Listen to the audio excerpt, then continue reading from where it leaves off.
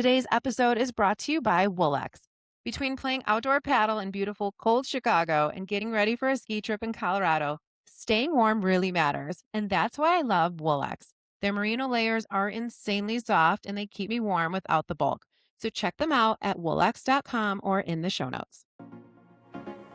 You're listening to Nothing Small About Business, where big thinking meets real world action. Ready to level up? Let's get into it. Today's episode, I want to give everyone a heads up that there are some sensitive topics discussed. The guest is Kristi Tanner of Mocktail Mommy, and she opened the first NA bottle shop in Wisconsin called Sober Social. And she talks about hitting rock bottom and then getting sober and launching her business. It's an incredibly raw and honest discussion and proof that you can turn your hardest chapter into something that helps others feel less alone. Kristi and I spoke for nearly 2.5 hours, and for time purposes, I cut the episode down to an hour. There were a few technical sound issues, and if my voice sounds different, it's because it was such an emotional episode, reconnecting with my friend. So here we go. Oh gosh, it's so good to see you. And it is such it brings my heart such huge joy and gratitude to be here in this place, in a healthy place. So before we start, for those listeners that may not know, I was there for some of Kristi's darkest moments while drinking, as well as some of the hospitalizations and the treatment centers that followed. And Kristi, I just want you to know how incredible, now I'm going to cry, how incredible and inspiring you are. And watching you not only thrive, but helping others change their lives in such a positive way is truly remarkable. And I'm so grateful that this is your path now and that you're sharing your story. Thank you. I am too. I'm the happiest, healthiest, strongest, most authentic version of myself. And all of it started, right? Because of a rock bottom. I would love for you to share your Yeah. story with the listeners so they can understand the depths of how all of this started. Sure. So when I grew up, I was sort of just a normal drinker, social drinker, partied in college, um, moved to Chicago, got married. We had a huge social life in the city, right? It's all about whining and dining. And wine was just always in there. And it was how we really connected. And I used alcohol uh, because I thought it was fun, right? Then my reasons for drinking started changing sort of without my knowledge. Specifically when became a mom, it sort of, I had this big, life downtown. I have a big job. I'm creative with my brain. I'm doing all this stuff. And then pause.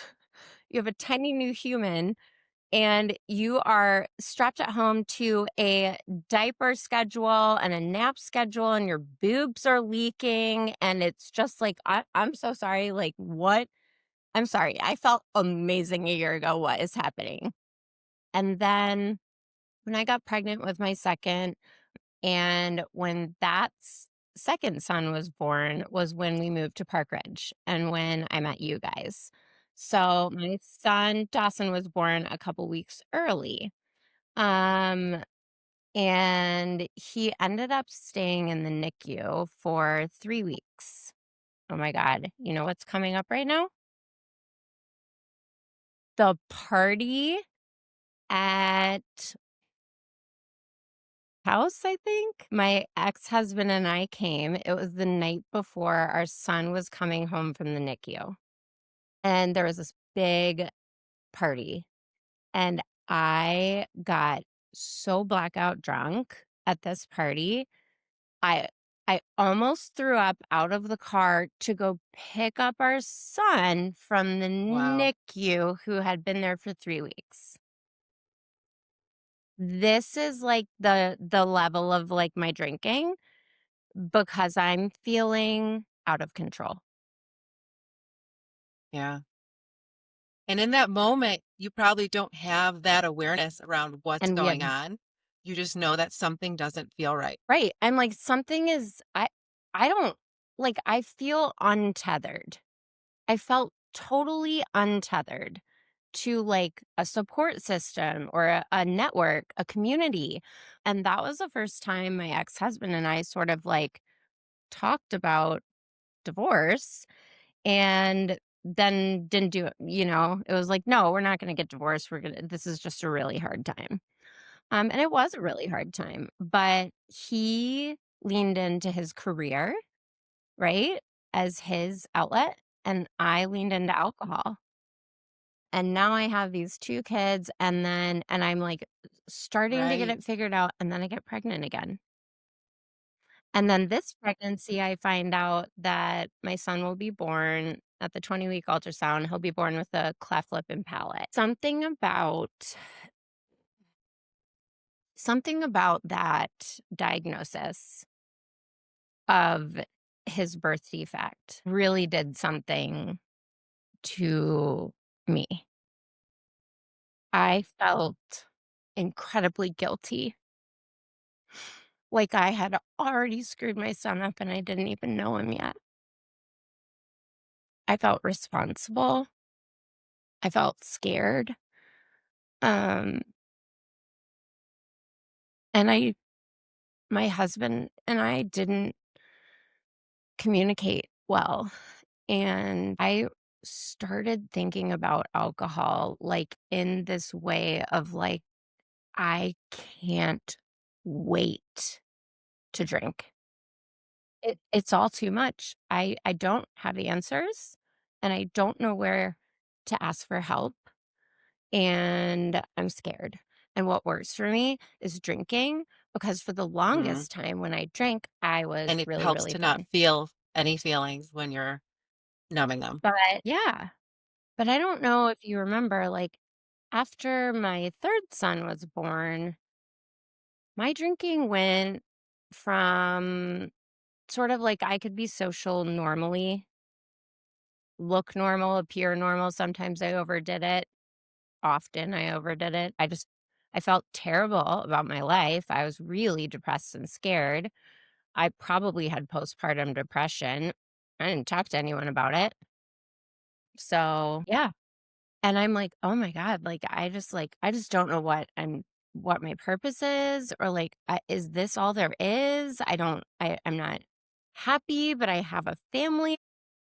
And it doesn't help too that like part of the environment that is so normal is drinking. So it's, oh, come over with the kids. Let's open some wine. That was so normal, which looking back now, I drink significantly less than I used to. Thank God. Because looking back, I'm like, how is it so normalized to consume that much alcohol and at every single event? So as somebody that was probably drinking when you were alone before we would come over, say.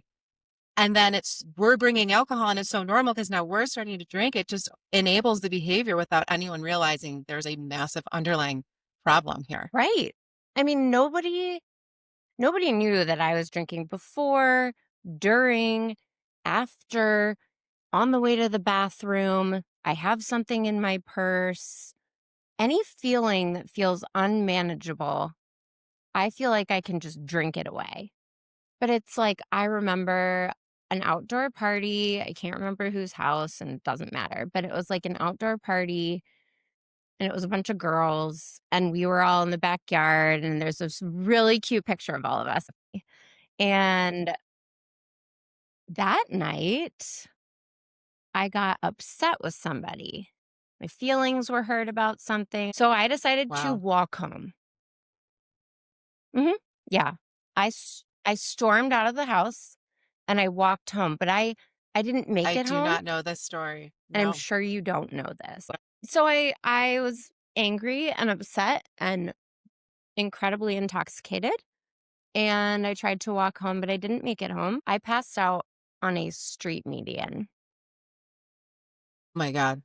and the police found me, and they took me to Lutheran, and So they put me in the that psych ward. part I remember. I'm not sure if you remember this, but you called me from the psych ward, and I'll never forget where I was.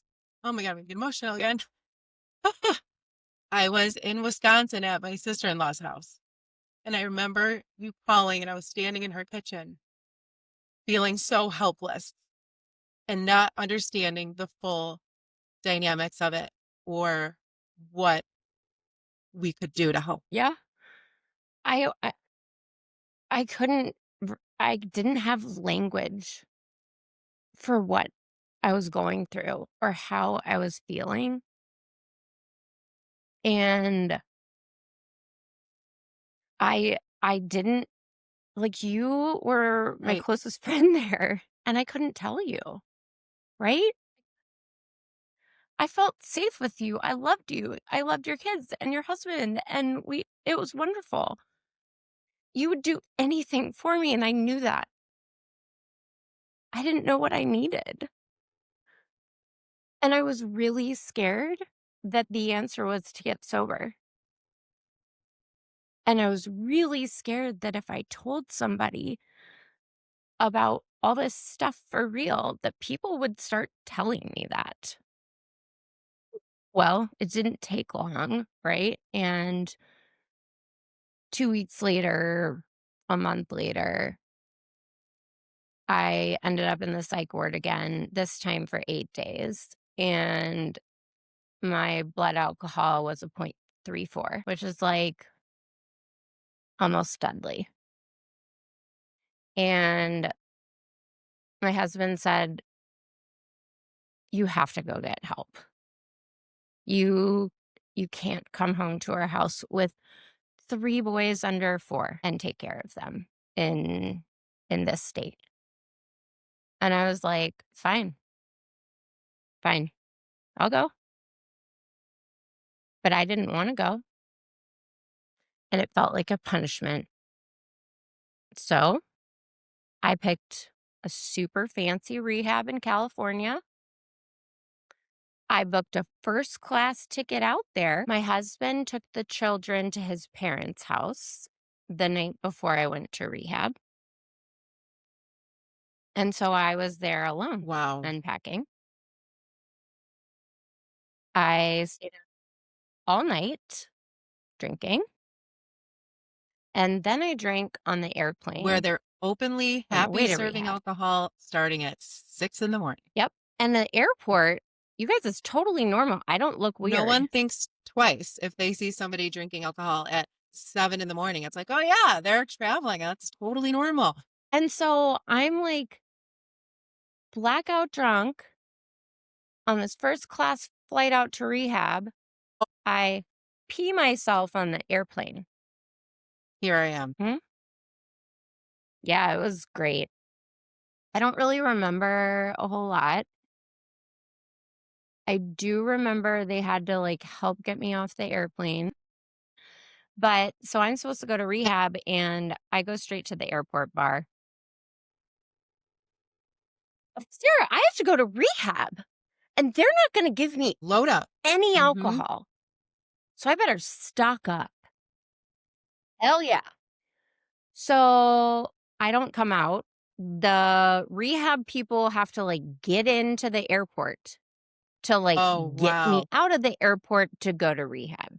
Cause I'm like, I'm not coming. I'm not ready to go yet.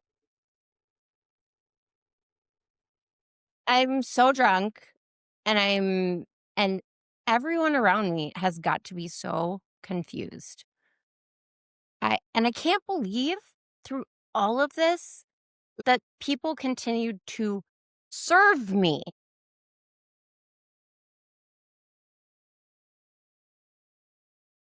They continued to serve me, and it's like, oh my God. So anyway, I go to rehab. I was on so much meds the first 2 days. I don't remember anything. Um, Basically then I was like, where's the homework packet? I'm gonna get an A plus. I'm so good at school. Give it to me now.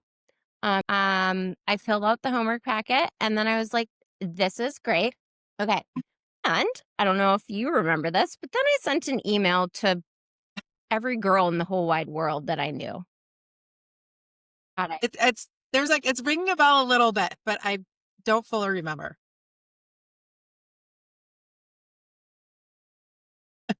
I can't with myself. I send an email to literally like 45 of my friends. And I'm like, "Dear everyone, hey, it's Christy. Um, I know it says I'm in rehab right now, but like, don't worry, I'm not an alcoholic. LOL. I need a mental reset. This is like a mommy vacay. That just shows what state of mind you were in and how unaware you still were at that point of everything.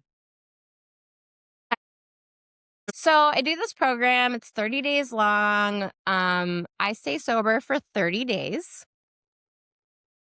And then I went to a Steelers Bears game. What is everyone doing there? Tailgating, drinking. I've never watched a football game without a beer since I was like 18. Never once. I never wanted to. Beer and football go together. I love the Steelers more than anything, right? I'm really aware that drinking is probably not a good idea.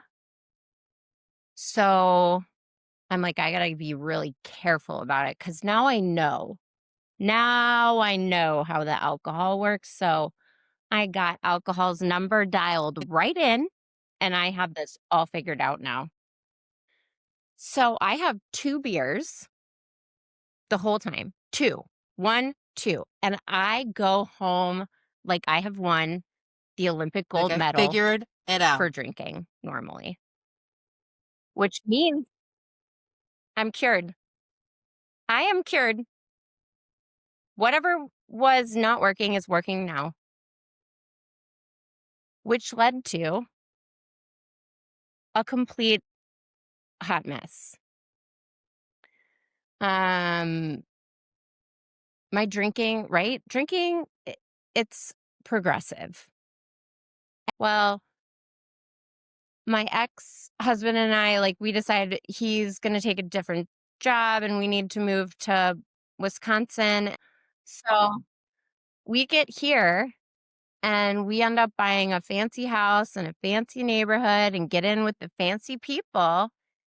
And They what do party. the fancy people do, And that's Sarah? how you meet people and that's how you start hanging Mhm. out.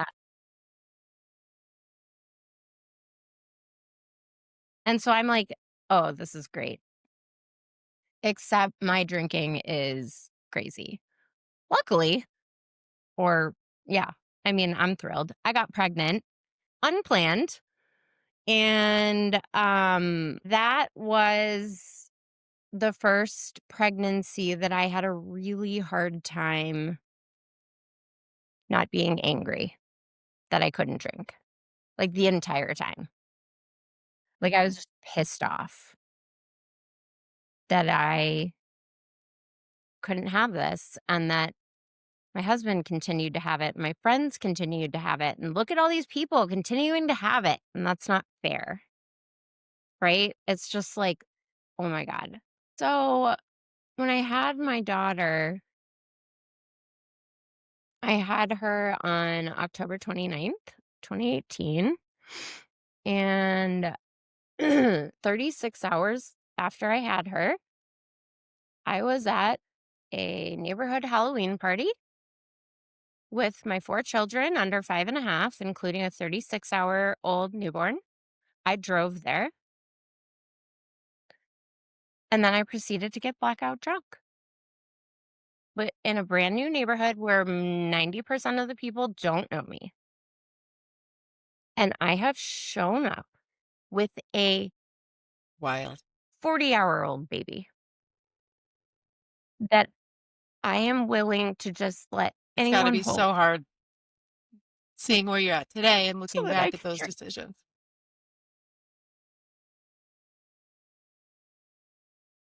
Like, oh my God. Like, it was just so bad. I was in such a bad place. But my drinking just got worse. And people started, I crashed a car. I totaled it with my 4-year-old in the back of it.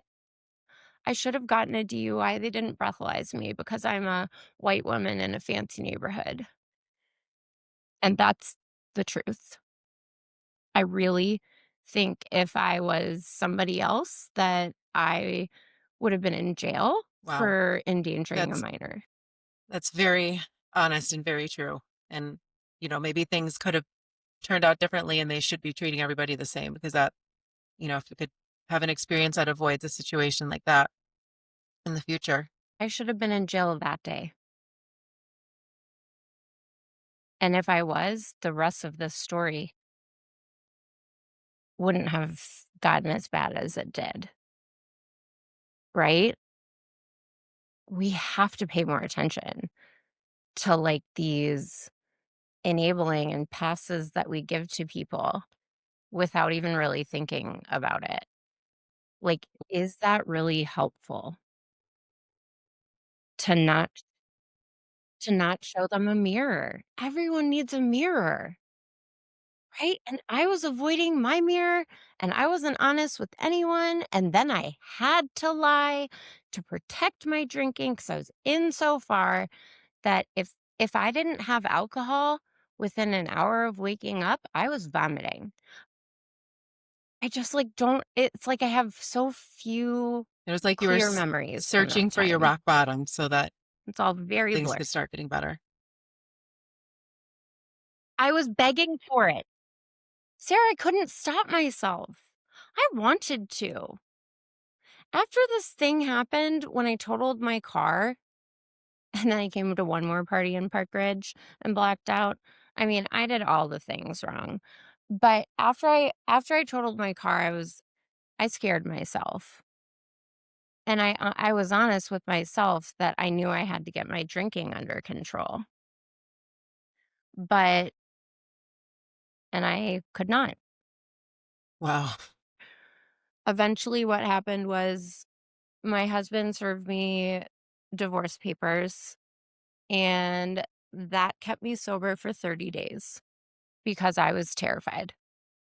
And that felt like the first thing that alcohol would definitely make worse.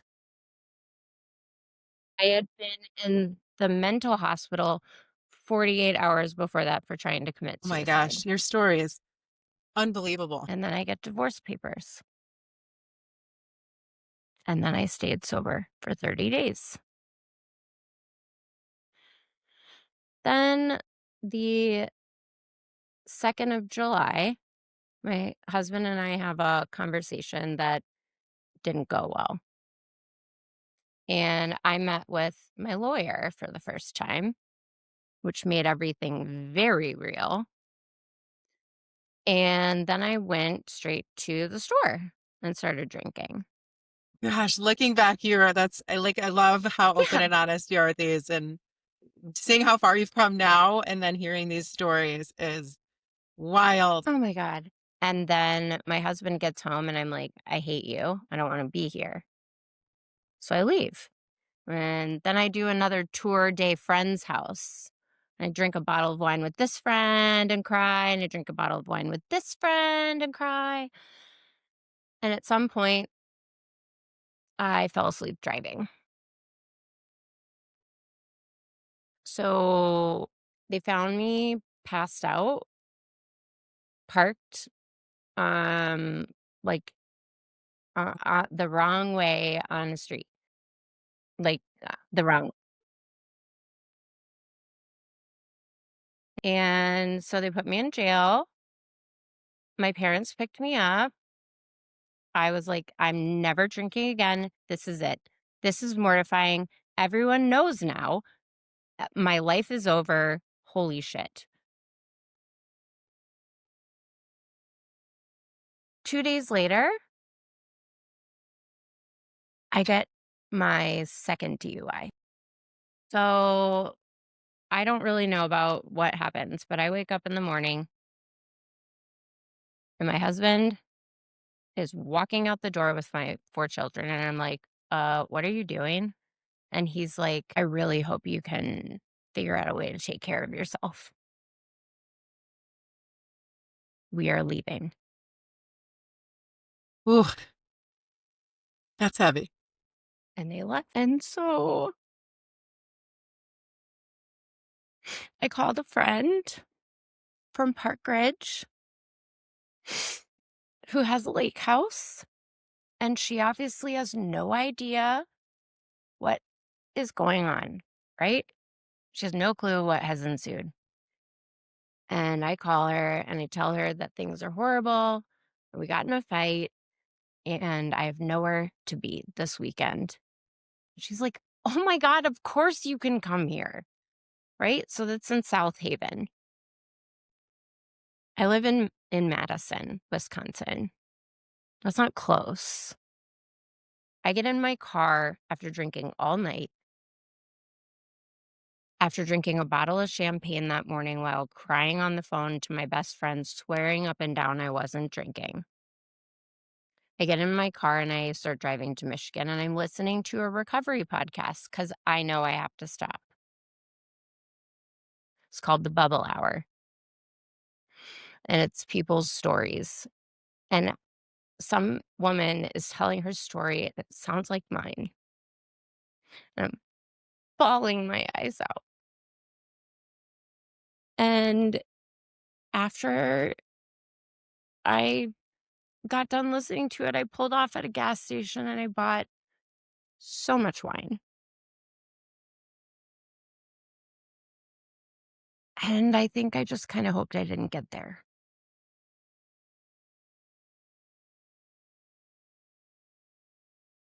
But my best friend from college called me and I answered. And it was raining really, really, really hard. And I'm very intoxicated. And she's saying, "I need you to, Chrissy, I know that you've been drinking." And I'm like, "No, I haven't." Screaming at her.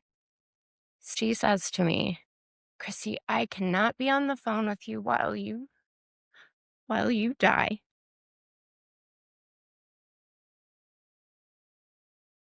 I need you to pull the car over."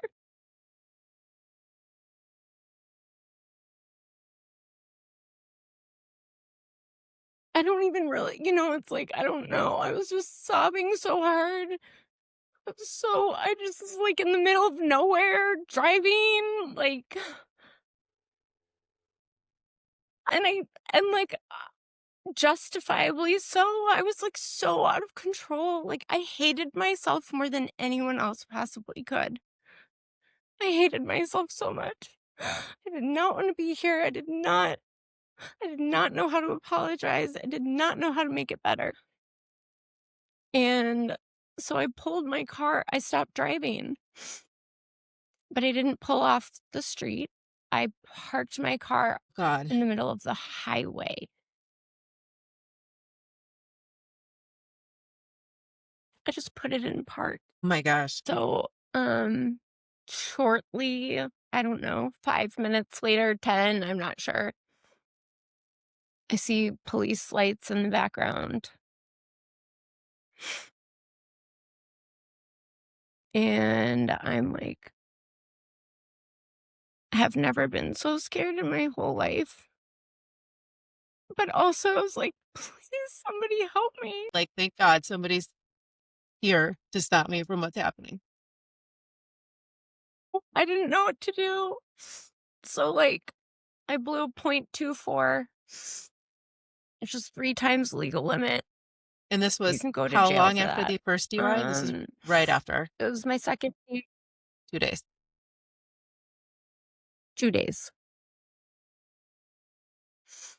Um, and I got arrested in Gary, Indiana, because I was on my way to South Haven.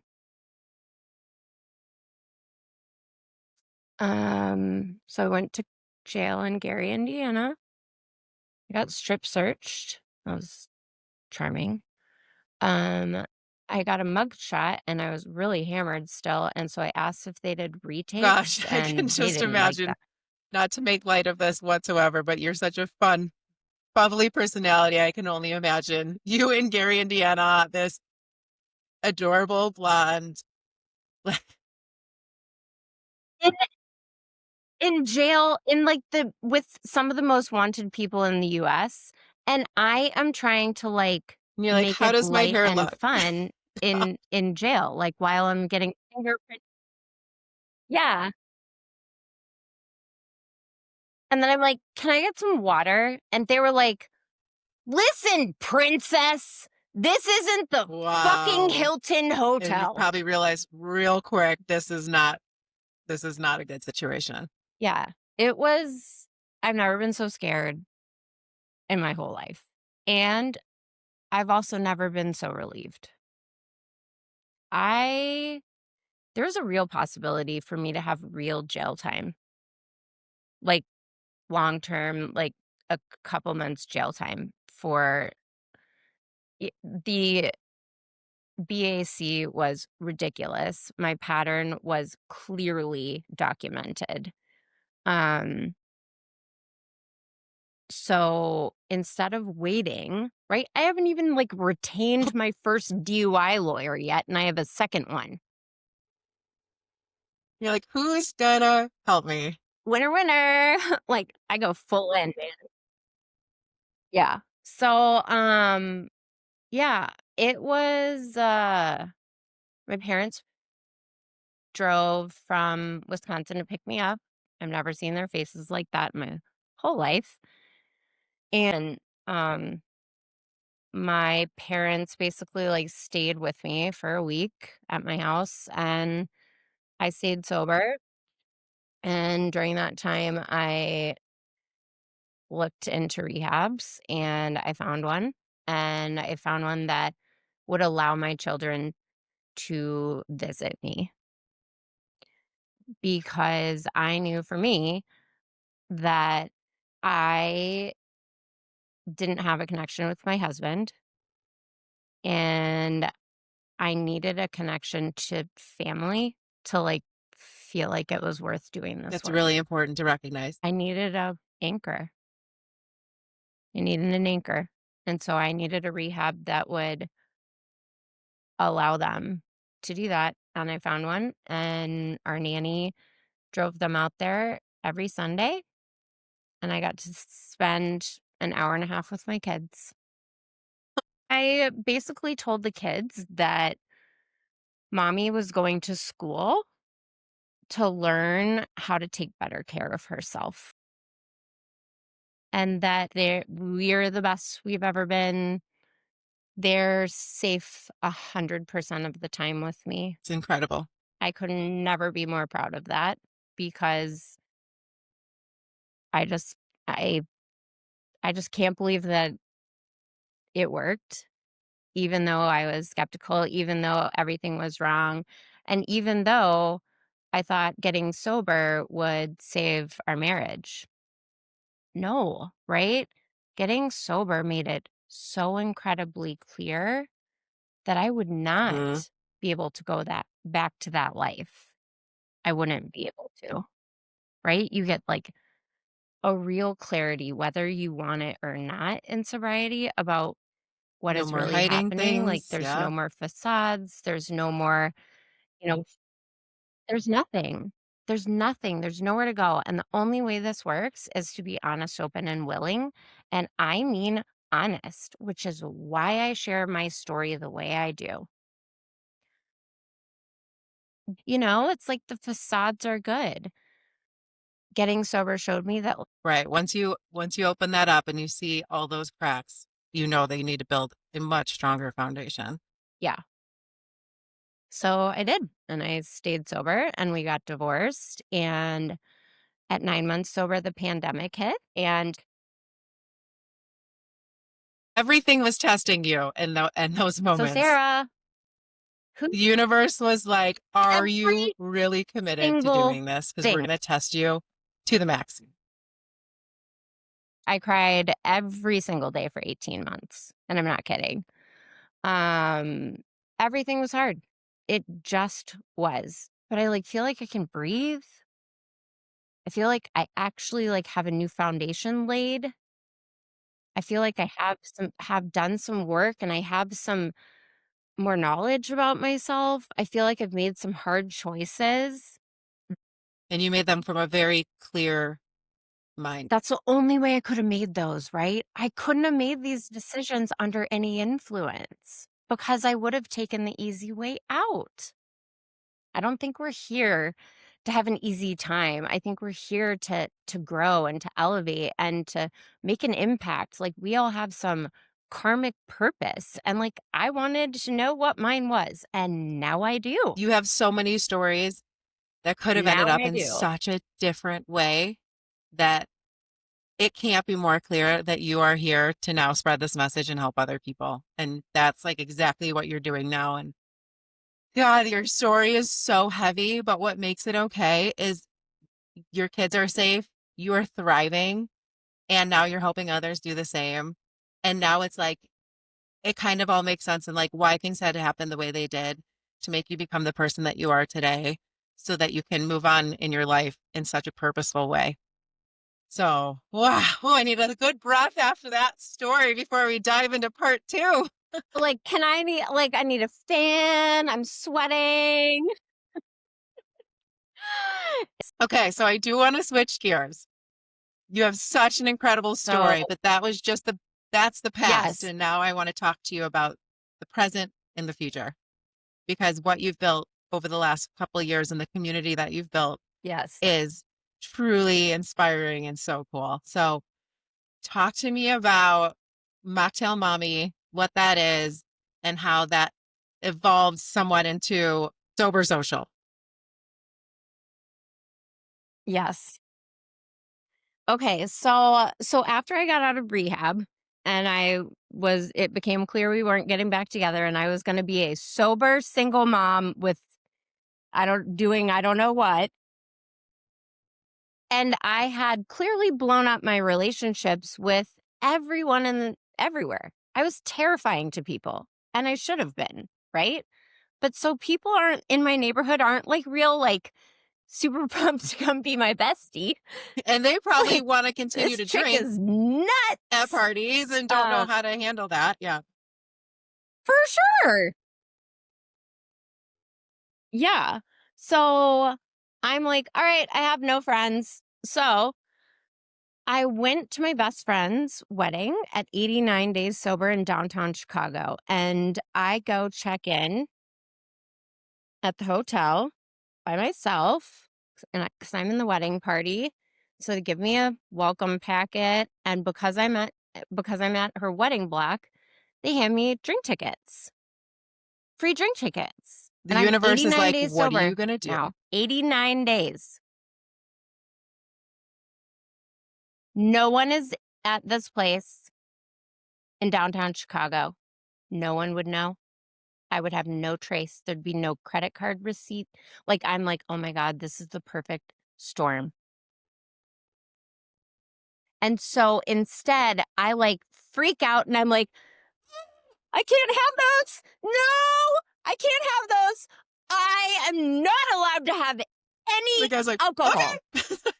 And they are like, okay. So I'm like, I realize that may have been a slight overreaction for that poor person He's like checking 18. He's me like, into the okay, hotel. sorry. It's just part of what I'm supposed to do. So I'm up and I take a picture of myself at the bar and I say, my name is Kristi. I'm an alcoholic. If you see me drinking, you need to call 911. Like I gotta cut this shit out. And I don't have any friends. So I need all of you, the whole worldwide internet, to be my accountability. Thank you so much.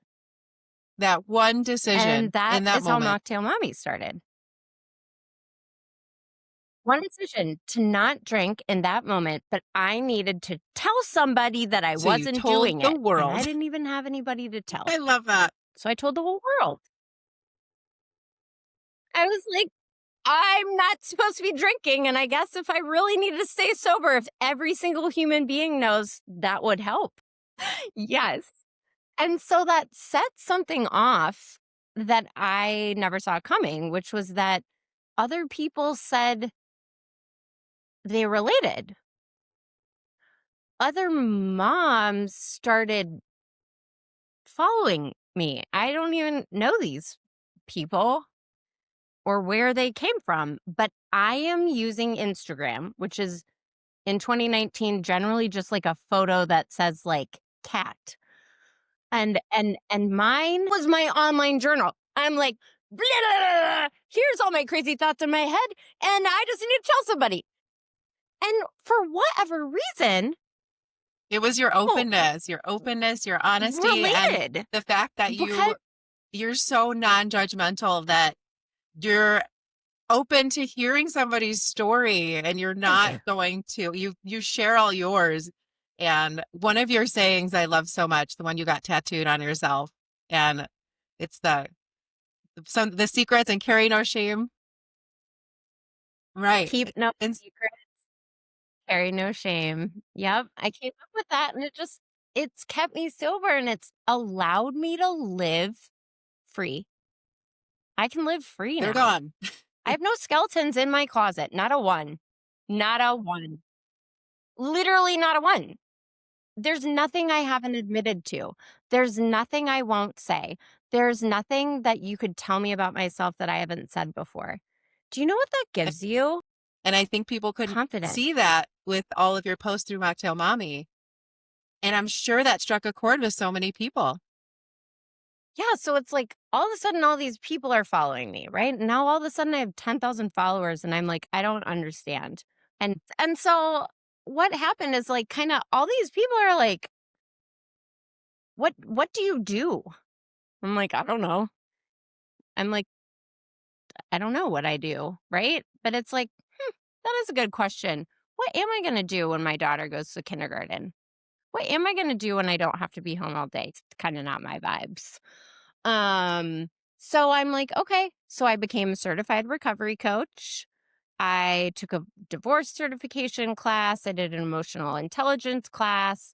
I did all this stuff. And then New Year's Eve, like December 20 or 31st of 2023, I see an ad for Sands Bar Academy. And I'm like, what is that? Sands Bar is the first non-alcoholic bar in the United States in 2017 in Austin, Texas. And I'm like, well, what's that all about? Because what I found is that I can find mocktails, but where can I get them, Sarah? I can get them at Total Wine.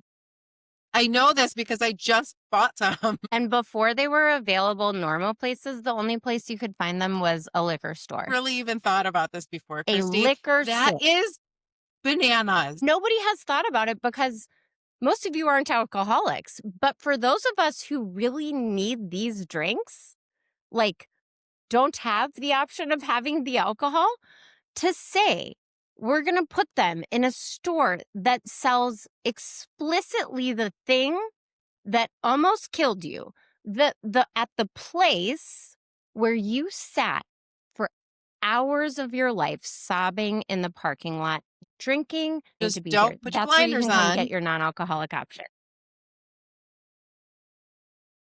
Right. Don't take the free sample. Oh God, Don't take Kristi, the free I never samples. even connected those two until you just said that. I'm like, this is an enormous problem. Enormous problem. So I'm like, okay, I'm going to take this class. And in the number one drinking state in the United States of America, God damn it, we're going to open a non-alcoholic bottle shop. Woo! Let's redefine drinking Wisconsinably. Okay. All my money's on you. So it's like I didn't have any plan. I took a 10-week class about the non-alcoholic space. I signed a lease. I didn't ask anyone's permission. And I said, this is something that needs to be here and I'm going to figure it out. And that's what I did. I have no business background. I have 4 children at home. I'm a single mom. I have no childcare. And now I have a store Wow. and I'm going to fill it up with some stuff. And how did you make contacts with like knowing what distributors to go after? I mean, at that point, you probably had just personal use, knew like what was good, maybe what was not. I did like some reaching out, right? Like I was familiar with some products, but like there's a wholesale, couple big like wholesale websites you can go to and then but I did work with a lot of brands directly because these small non-alcoholic brands can't get into Total Wine where the rest of the mocktails are. They can't get there. And they have a quality product that people would actually enjoy drinking. Um, it has been the hardest thing I've ever done, to be quite honest, and the funnest. It is so cute. It is so welcoming. It is now full. I have over 600 SKUs. Like, that's a lot of product. But 600 SKUs of options for people. That's really cool. It it's insane. What I really wanted to do is to start a conversation. We need to change the way we all think about drinking, right? And January of 2025, the Surgeon General announced that this was a cancer causing substance, in fact, which we all knew. And it's like it fell into new ears. It fell into like new communities that are like, whoa, wait, what? So I had so many people coming into my store being like, I don't know about these non alcoholic drinks and I'm not sure. And I thought I was building a store for people like me, people in recovery. No, I'm building a store for absolutely everyone. And I didn't know that. I had no idea. Give them an option and they may take it. There weren't any options. And now there are. So give them to the people, right? And then there's people coming in every day, Sarah, that tell me their stories, why they stopped drinking. Then I started a community wall, right? So I say, when people share with me, I have thousands Wow. of stories, thousands of people's stories, thousands of personal stories about alcohol and how it's affected people's lives and how these products and recovery Wow. are How changing it. powerful. People need a third space. We have our house and we have work and we need a third space. And a lot of third spaces are So flooded with alcohol. true. It's like if you're going to meet somebody in the morning, you can go for coffee. If you're meeting them at night, you're meeting them for a glass of wine. How fun. They can come pick up a really cute bottle of something that's not going to make you feel like crap the next day and completely impact your brain and your thinking. Yep. That's exactly what I wanted. I wanted an experience. I wanted a fun drink. And as a non drinker, usually no one's thought of me. And I want to change that. I think every party, if you're having a party and you say, we're going to have a full bar, I want to know what non alcoholic options you have that are not soda, juice, or water. I am so intentional. Right before we started recording, right? You said I'm really intentional Mm-hmm. about my time and how I spend it. And I said, me too. And that feels so It truly does. it feels so good. It feels so good to say no without feeling guilty. That's been hard. I didn't do it last year. I said yes. It's not easy. And it's very, the universe will dangle carrots all Yeah. the time and say, Yes. oh, try to do this project, go out with these people. And you have to consciously be like, does this align with what I want my life to look like and feel like? And I love that saying, if it's not an F yes, it's an F no. That's right. And it's like, how do you keep yourself there? How do you put your decisions through this filter? How do you make sure you're doing that? It's like some of the things that I do now. It's like pick a word of the year, have a goal, like make a vision board, like Yeah. Write down what you want specifically because the way you think totally affects the energy, and the energy you emit affects the energy that you receive, right? The universe responds to what you're putting out. And it's like you have to make these just every single decision has to be conscious. Otherwise, you will fly through life and you'll end up in a place you have no idea how you got there, which is in Gary, Indiana, in a jail Right. cell. Which is what happened with my drinking. It, Okay, so I want to talk about so you open this store, you have Mocktail Mommy, you have this following.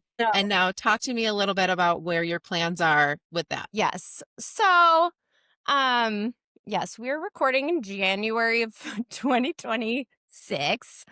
So I've had my store for almost 18 months, and it has been physically much more demanding than I anticipated. These boxes are heavy. I'm the only one moving them. Getting 2,000 pounds delivered in front of your driveway before you can pull your car into your garage, not awesome. But like more than that, it's like I built this space. I love what I'm good at doing. What am I good at doing? I'm good at talking to people. I'm great at educating people. I want to hear their story. I want it to be personal. Sarah, do I spend any time checking my margins, accounting for shipping, making sure the bills are on auto pay all the time? Those aren't the fun parts of the business, that's It for is a sure. hot mess. Really, it's the cutest place. I think it's the cutest store in Madison. I'm just going to go ahead and say it. And it has been so wonderful, but I have not found any sort of, and my word for the year is rhythm. And I am not good at structure. I don't want a super rigid structure, but I need some sort of like rhythm in my life. And I realize I was a billion, million, trillion% putting it into Sober Social. I am saying yes to um, news interviews, and I've never done that before. Sarah, what it did for me is it changed me as a human being, becoming a business owner. It showed me what I'm capable of. It showed me what my biggest flaws are. It made really clear what I am good at, which is not what I thought I was good at, right? It um it has almost broken me. It has cost me a lot of money. I'm not in You the don't just green, open the guys. doors and the money flies There's in. no ROI right now. It's so weird. And I was like, "What? How is this possible? I have this huge number. I did $250,000 in sales my first year. Something you should be very proud of. A 600 square foot store in the drunkest state in America. And yet, I can't make the money math it right, okay? Retail is expensive. Employees are expensive. Square charges are expensive. I'm like, the margin starts this big from NA products, and then it goes down and down and down. The reality is, I probably get to change the way I'm doing things. And you really do need to have that person in business that is that yin and yang, that can check you, that can do the details, do the parts that they're good at, let you shine where you're good at. And without that and doing it completely on your own is incredibly difficult. And I think it's great to have that honest conversation about it. It's just, yeah.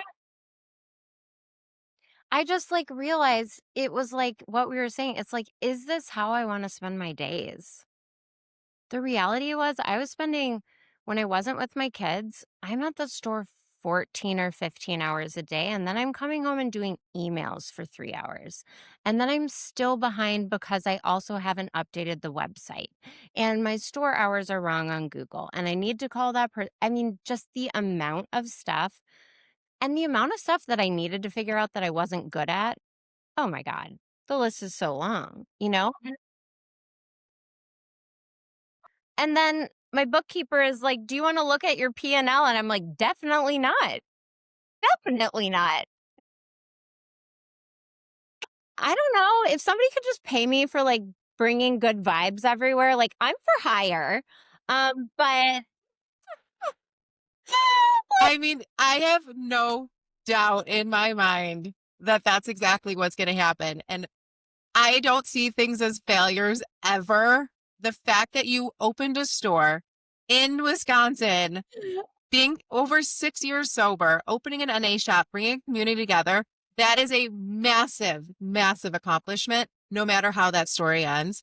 And all of the things that you're going to learn through that experience are only going to take you so much farther in whatever it is that you do, that there's a reason for everything and it all comes full circle.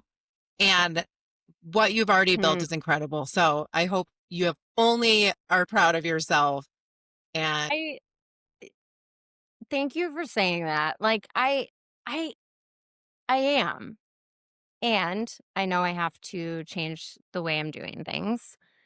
So, I will be closing my retail location because I can't be the kind of present mom that I got sober to be and run a business on my own, and my kids will always be priority, always, always, always. And that doesn't mean that sober social is not going to be a thing. I will figure it out. I have about 11 teen ideas. I've looked into online sales and I've looked into local pickups. I've thought about doing something like sober social shelves at a handful of bars and restaurants in Madison that I would supply them with. I've thought about curating quarterly mocktail menus for places. I mean, these products should be available.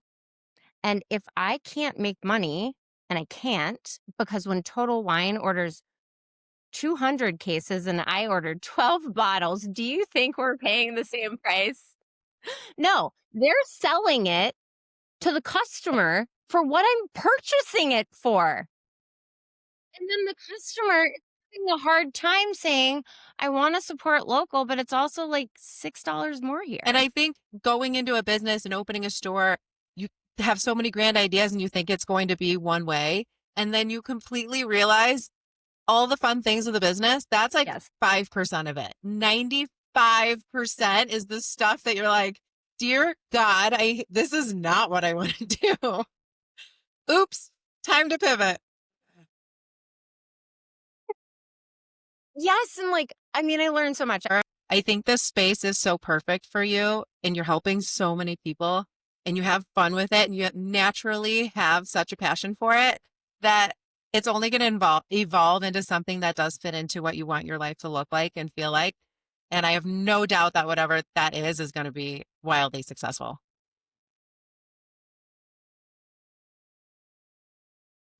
So it's like, but I think I get to evolve and I'm not scared to. I'm not scared to. You can pivot, And I've take all that never education, build on it, make conscious decisions, and make it bigger and better than you could have ever imagined. and I don't have the clear picture, but I know the next right move is to free up my availability by not locking myself into a 600 square foot store because I think I'm supposed to make an impact that's much bigger than that. That is absolutely what you're going to be meant to do. All right. Well, we are running out of time. I have So loved catching up with you. This was such a powerful, impactful conversation. I'm going to take so much from it. And I really hope that the listeners can too. And you have so many good things to share. I hope people go on Instagram and follow you to see where your journey will take you next. I can't wait to see. Oh my God. Oh, it was so good to chat with you. I love you so much. Thanks for listening to Nothing Small About Business. Make sure you follow the show so you don't miss the value in upcoming episodes. Share this with someone who's growing and connect on socials for more.